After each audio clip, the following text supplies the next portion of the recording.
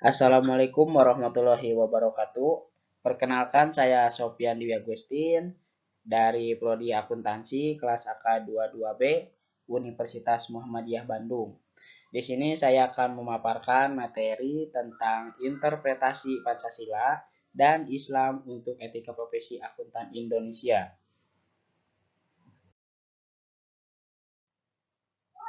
Kata etika berasal dari bahasa Yunani, yaitu ethos, yang artinya adat istiadat atau kebiasaan yang baik. Etika dalam Kamus Besar Bahasa Indonesia didefinisikan sebagai nilai mengenai besar dan salah yang dianut suatu golongan atau masyarakat. Etika juga merupakan kumpulan prinsip moral yang membedakan mana yang benar dan yang salah. Ada yang berpendapat bahwa etika dapat dikatakan sebagai suatu perekat yang menyatukan masyarakat. Di sini ada etika dalam profesi akuntan. Sebagai sebuah profesi yang harus memberikan jasa pelayanan kepada klien, akuntan perlu memperhatikan faktor-faktor keahlian, monopoli pelayanan publik, dan regulasi diri.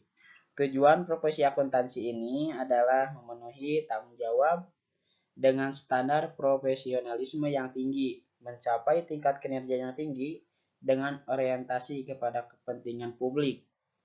Di sini ada 5 prinsip dasar yang harus dimiliki para akuntan publik dalam menjalankan profesinya, yaitu integritas, objektivitas, kompetensi dengan sikap cermat dan kehati-hatian, profesional, kerahasiaan, dan perilaku profesional lainnya.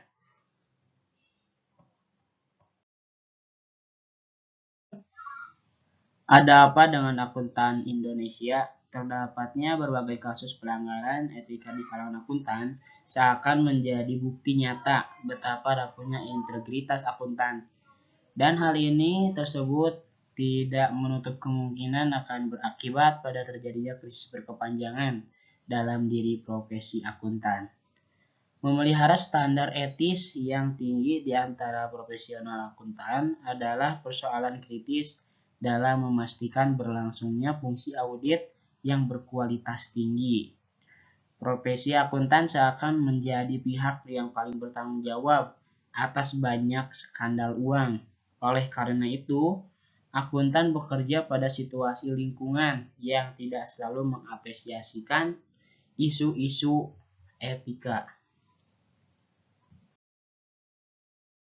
Dalam pendidikan Pancasila, pada dasarnya merupakan upaya sadar dari suatu masyarakat dan pemerintah suatu negara untuk menjamin kelangsungan hidup dan kehidupan generasi selanjutnya sebagai warga masyarakat, bangsa, dan negara secara berguna dan bermakna.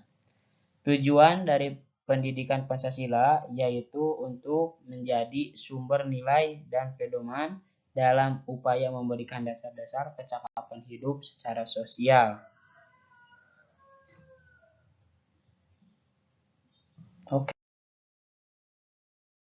Kemudian di manakah posisi Pancasila sekarang? Pancasila merupakan hasil berpikir secara kefilsafatan yang mendalam dari para pendiri negara Indonesia. Jika dilihat dari nilai-nilai dasarnya, Pancasila dapat dikatakan sebagai ideologi terbuka yang di dalamnya terdapat cita-cita dan nilai-nilai yang mendasar, bersifat tetap dan tidak berubah. Seorang pakar sejarah Indonesia mengatakan bahwa Pancasila sebenarnya hanya dokumen politik yang kemudian berperan sebagai kontrak sosial, bukan ideologi atau filsafat negara. Jika kita memperhatikan paparan sekilas tentang konsep ideologi di atas, nyata sekali bahwa Pancasila hanyalah sebuah filsafat atau sekumpulan nilai yang bersifat normatif karena tidak melahirkan sistem atau seperangkat aturan apapun.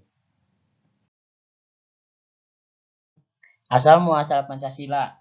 Pancasila sejak kemunculannya diyakini sebagai made in Indonesia asli, produk pemikiran yang digali dari rahim bumi pertiwi.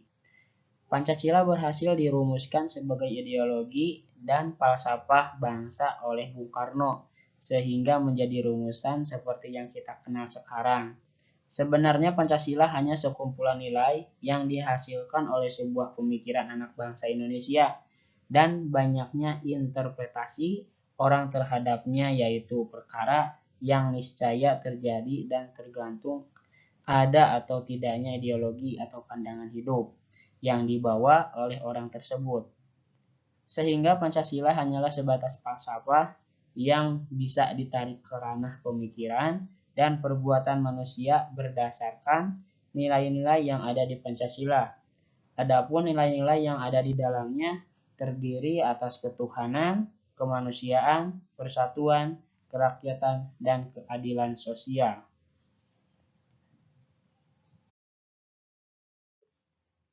Etika profesi dalam Islam. Setiap agama mengajarkan pada umatnya untuk memiliki moral yang terpuji. Islam menawarkan etika dalam semua aspek, termasuk bisnis dan profesi dengan berlandaskan pada keteladanan Rasulullah SAW. Berikut beberapa nilai dalam etika profesi Islam. Yang pertama ada yang namanya kafaah, yaitu cakap atau ahli dalam bidang pekerjaan yang dilakukan. Dalam etika profesi, seseorang haruslah ahli dengan pekerjaannya dengan totalitas, sehingga bila ada perkara yang ia tidak mengerti, sebagai seorang yang profesional, hal itu merupakan pelanggaran etika profesi.